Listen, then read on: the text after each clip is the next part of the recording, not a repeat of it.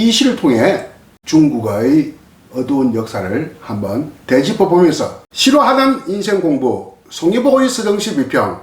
안녕하십니까, 송희복입니다.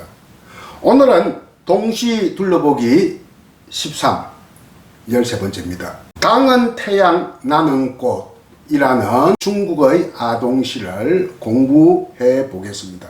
이 시는 작가 미상입니다. 어린 아이, 초등학교 아이가 썼는데 이름이 밝혀져 있지 않습니다. 그러니까 역사적인 성격의 아동시라고 할 수 있겠는데, 이 시를 통해 중국의 어두운 역사를 한번 되짚어 보면서 문학의 자율적, 독자적 가치를 우리가 한번 생각해 보는 시간으로 갖겠습니다. 오늘의 텍스트는 교훈으로 삼아야 할 텍스트, 즉 반면교사의 텍스트입니다. 반면교사란 말은 좀 이따가 다시 설명하겠습니다. 그러면 이 시의 전문을 들어보겠습니다. 당은 태양 나는 꽃. 작가 미상. 당은 태양 나는 꽃. 태양이 빛을 비춰 내가 자라나네. 붉은 꽃은 붉은 태양을 바라보며 광활한 천지의 뿌리를 깊이 내리네. 모 주석의 사상이 비이슬로 적시네.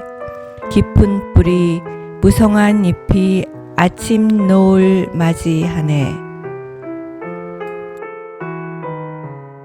잘 들어보셨습니까? 문화혁명이라고 하는 시대적 배경에서 나온 아동시입니다.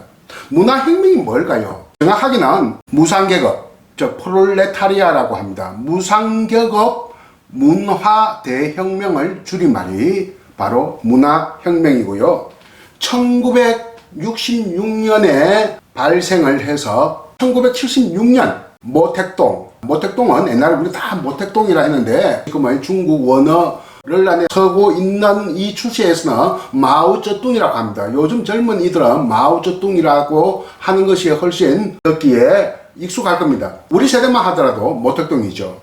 그러니까 권력자인 모택동이 혁명을 일으킨 것이다. 권력자가 어떻게 혁명을 일으킵니까? 권력자의 밑에 있는 사람이나 국민들이 일으키는 것이 혁명인데요. 그러니까 권력자가, 독재자가 또 혁명을 또 일으킬 수가 있다는 겁니다. 그러니까 모택동이 정치적인 위기에 계속 정치적인 실책을 많이 범했거든요. 그래가지고 대약진 운동이니 해가지고 많은 인민들 갖다가 수백만 굶어 죽이고 하니까 정치적 위기에 부닥치게 되니까 이 정치적 위기를 타개하기 위해서 일으킨 정변이 바로 문화혁명인데, 1966년부터 1976년까지 10년간이고요. 모택동이 죽고 난 다음에 이 혁명이 바로 사라진 것입니다. 이 시기는 문학도 없고 예술도 없고 학문도 없고 아무것도 없어요. 문화가 아주 야만화되고 암흑의 시대에 접어들었을 그런 시대적 배경을 가지고 있는데, 지금 중국에서는 이 문화혁명에 대한 공식적인 역사평가가 어떻게 규정되어 있느냐? 모든 인민에게 심각한 재난을 안겨준 내란이다, 이렇게 규정되어 있습니다. 거의 더 이상 말하지 못하게 하고 있고, 거기에 대해서 연구도 못하고 공개적인 세미나도 못하고 관련 자료도 접근을 하지 못합니다. 왜? 자기들 치부라고 생각하고 있으니까 더 이상 말 못하게 하고 있어요. 그만큼 이 문화혁명에 대한 트라우마가 아주 크다. 문학도 죽은 시대인데 아동문학이야 오죽하겠습니까? 아동문학도 없어요. 그러니까 그 중에 이 아이가 쓴 시가 지금까지 어떻게 남아 있어가지고 저한테 이렇게 포착이 되어서 오늘 반면교사로 삼아야 할 텍스트로 이렇게 우리가 공부를 하고 있는 겁니다. 그 당시에 또 하나 난리를 친 것들이 있죠. 청소년들, 홍위병이라고 여러분 잘 알고 있지 않습니까? 10년 동안 죽은 사람이 공식적인 아니지만 500만 되니까 이거 전쟁과 다름없습니다. 전쟁보다 더 심한 아주 대란이요, 정변이라고 할 수가 있겠죠. 이때 말하는 당은 태양 나는 꽃, 당은 바로 공산당을 말하는 것이고요. 지금 또 일당 독재를 하고 있죠, 중국은. 그리고 나는 하는 것은 이 어린이, 이 시를 쓴 어린이, 이 동료의 화자를 말합니다. 당은 태양, 나는 꽃. 그러니까 인민 한 사람 한 사람이 당의 종속품에, 부속품에 지나지 않는다. 딱 그 속에 다 이렇게 내가 들어가지고 유기적인 관계를 맺고 있다 하는 겁니다. 그 중심적인 위치에 당이 있고 또 당의 중심적인 위치에 모택동이라고 하는 지도자가 있다 하는 겁니다. 이 태양은 모택동을 말하는 겁니다. 위대한 지도자죠. 그들에게 있어서 태양이 빛을 비추어 내가 자라나네. 붉은 꽃은 붉은 태양을 바라보며 광활한 천지에 뿌리를 깊이 내리네. 이렇게 되어 있습니다. 모 주석의 사상이 비이슬로 적시네. 이 동시니까 어려운 한자가 하나도 없어요. 다 쉬운데 딱 하나 어렵습니다. 이 부분입니다. 모 주석의 사상이 비이슬로 적시네. 비이슬을 갖다가 우로라고 되어 있어요. 한자가. 제가 원문을 보니까. 모주석 그래도 되어 있어요. 모주석 사상이라고 되어 있어요. 모주석 사상 쇠우로. 우로가 바로 비이슬입니다. 쇠는 어떤 한자냐 하면 삼수변에 화려하다 할 때 려자. 이것을 우리나라에서는 고울려라고 합니다. 곱다고 고울려. 화려강산 할 때 려. 그리고 고구려 할 때 려자이고 또 고려 할 때로 려자입니다. 우리에게는 아주 우리 국호와 관련되는 글자니까 굉장히 친숙한 글자죠.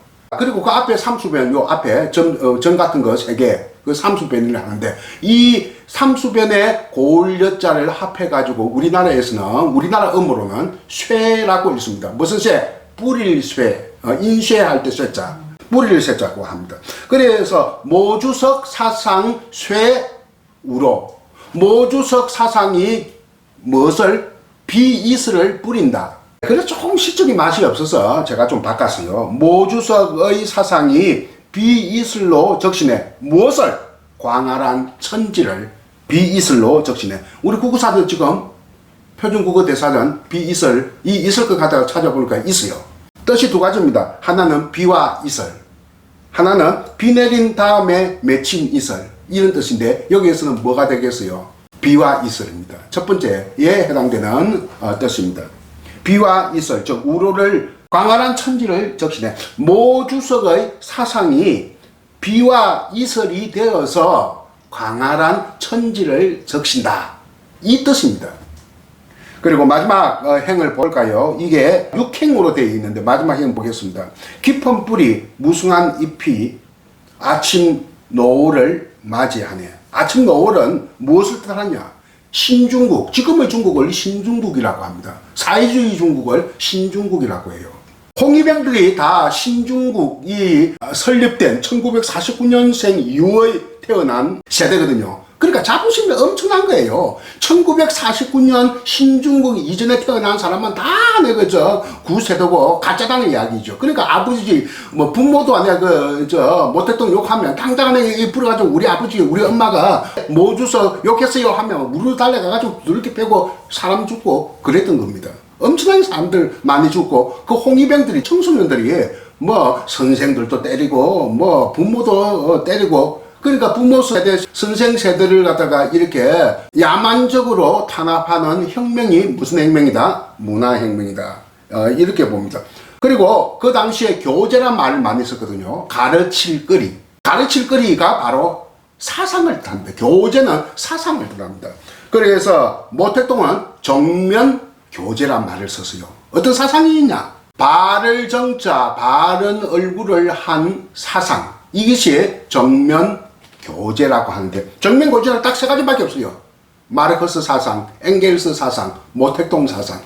요 3가지만 정면 사상이고, 그 나머지 모든 사상, 모든 가르칠 거리는 반면 교재, 반동적인 얼굴의 가르칠 거리 혹은 사상, 반면 교재라고 하고, 그러니까 정면 사상, 정면 교재를 가르치는, 인도하는, 지도하는 사람을, 그러니까 마르크스, 엥겔스, 모택동, 공산당 간부들, 이런 사람들을 뭐라고 하느냐? 정면 교사라고 하고, 교사 가르치니까. 그 나머지 모든 것은 반면교사. 우리 반면교사로 삼는다는 말을 하지 않습니까? 그러니까 우리가 이 세상에서 가르칠 거리가 어디 세 가지밖에 없습니까? 천 가지 만 가지 되거든요. 이 세 가지를 제외한 천 가지 만 가지는 전부 다 반면교재, 반면교사입니다. 그러니까 유교하면 가장 대표적인 반면교재, 공자, 맹자 하면 가장 대표적인 반면교사. 서양의 유럽의 모든 사상은 다 반면교재 혹은 반면교사. 뭐 니체, 소펜하워, 뭐 다들 안에 링컨, 다들 안에 반면교사들이죠. 그러면 사실 그 단어 자체가 별로 좋은 말은 아니죠. 어째서 지금 우리는 굉장히 자연스럽게 자연스럽게 쓰는데 네. 별로 좋은 말은 아니고 무엇으로 바꾸면 좋으냐? 타산지식으로 바꾸면 좋습니다.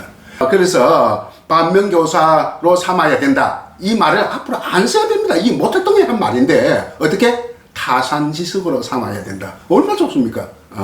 반면교사 좋은 말은 아닙니다. 오늘 반면교사로 삼아야 할 텍스트가 당은 태양 나는 꽃입니다. 그것들은 이런 시들을 이런 텍스트를 문화혁명 때는 정명교재였죠. 어린이가 쓴 동시지만 정명교재 뭡니까? 바른 얼굴을 한 사상을 나타내니까 그렇잖아요. 근데 지금의 우리가 볼 때는 반면교재다. 이렇게 포함되어 있고 문화혁명 자체가 뭐부터 시작이냐면 문학 논쟁으로부터 시작합니다. 그리고 모택동을 정점으로 해서 그 밑에 파생권력 뭐 많지 않습니까? 파생권력 그 바로 밑에 붙어있는 이 파생권력의 대표적인 사람이 사인방입니다. 모택동의 부인이 세 번째 부인이라 하죠. 첫 번째 두 번째는 죽었고 강청, 장충교, 왕홍문, 요문화는 바로 문학평론가입니다. 문학평론가가 이렇게 권력을 쥐어주니까 정신을 못 차리죠. 문학평론가는 문학만 해야 되는 거예요. 다들 모택동 사후에 체포되고 수감되어서 정치적인 업보를 감수해야 했던 사람들인데 문화혁명 자체가 문학 논쟁으로부터 시작했다. 1966년 상해에서 문학 공작 자담회가 있었는데 그때 세 가지 무슨 창작 지침이 내려왔어요.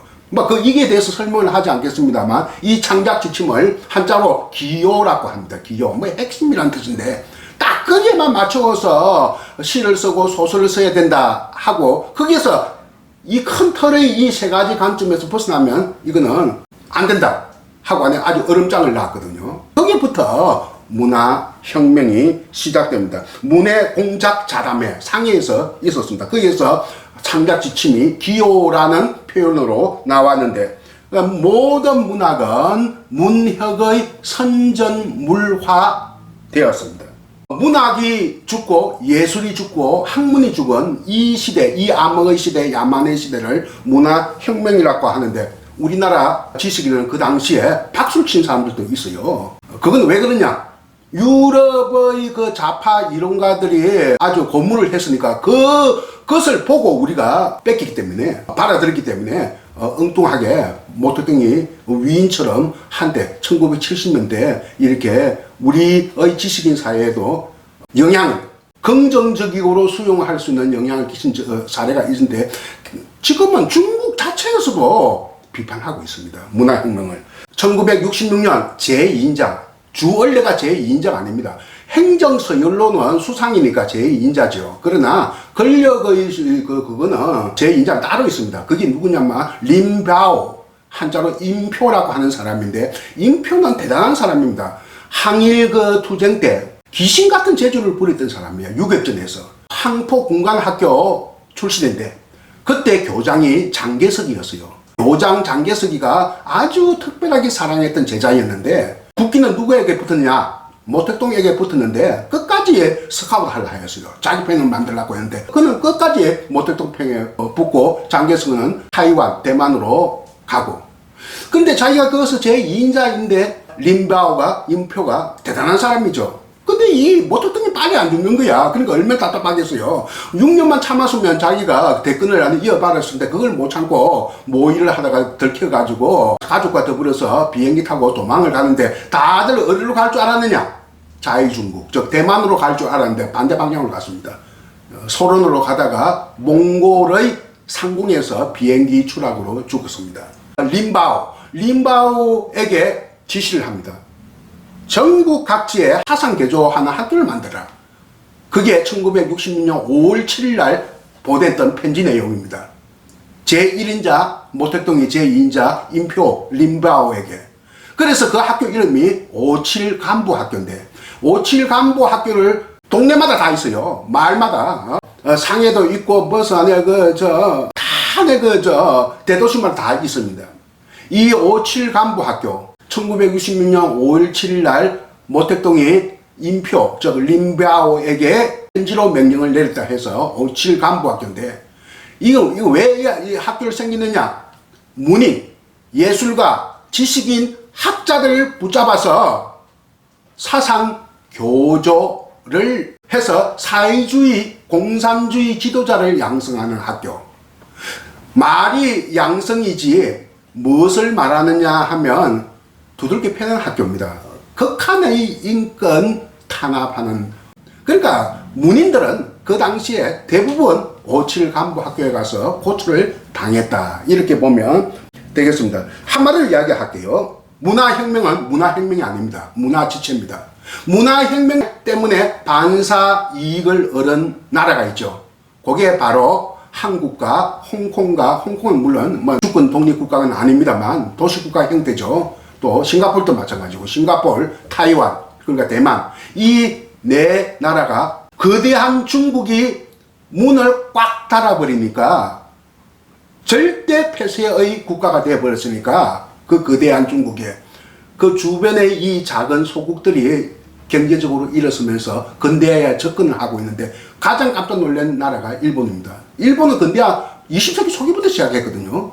그러니까 자기는 아시아의 용이라고 봤는데 대롱, 아시아의 대롱인데 이제 사소령 4마리의 작은 용들이 자기들 위협하고 있다 해서 아시아의 4마리 용이란 말이 나왔습니다. 그것이 한국, 대만, 홍콩, 싱가포르입니다. 그러니까 중국이 이렇게 문을 닫아서 그러니까 그 네 나라가 어떻게 중국이 문화적으로 경제적으로 지체를 하니까 이렇게 아니라 눌러 앉아 있으니까 이게 풍선 효과로 기회를 더 갖게 그렇죠. 선진국 미국과 유럽과 교역을 하면서 중국하고는 안 되니까 그게 1970년대 말부터 생긴 말이거든요. 아시아의 4마리 용이. 그러니까 아시아의 4마리 용이란 말이 생기게 될 수 있는 시대적 조건이 문화혁명이었다. 그러니까 풍선 효과다. 이렇게 문화혁명이 문화지체가 되고 말았으니까 한국이 뜨고 홍콩이 뜨고 대만이 뜨고 싱가포르이 떴다 하는 이야기를 해볼 수가 있습니다. 그 이후에 중국은 이래서는 안 되겠다 해서 일으킨 국가 정책이 개혁 개방이었습니다. 그 암울했던 중국의 역사 시대의 문학 작품 한 편, 그것도 평범한 아이가 쓴 아동시 당은 태양 나는 꽃을 우리가 오늘 감상하면서 문학이 이처럼 항상 시대와 역사의 조건으로부터 자유로울 수 없다 하는 것도 우리가 한번 생각하면서 오늘 강의를 여기서 마치도록 하겠습니다. 안녕히 계십시오. 당은 태양 나는 꽃 작가 미상. 당은 태양 나는 꽃 태양이 빛을 비춰 내가 자라나네. 붉은 꽃은 붉은 태양을 바라보며 광활한 천지의 뿌리를 깊이 내리네. 모 주석의 사상이 비이슬로 적시네. 깊은 뿌리 무성한 잎이 아침 노을 맞이하네.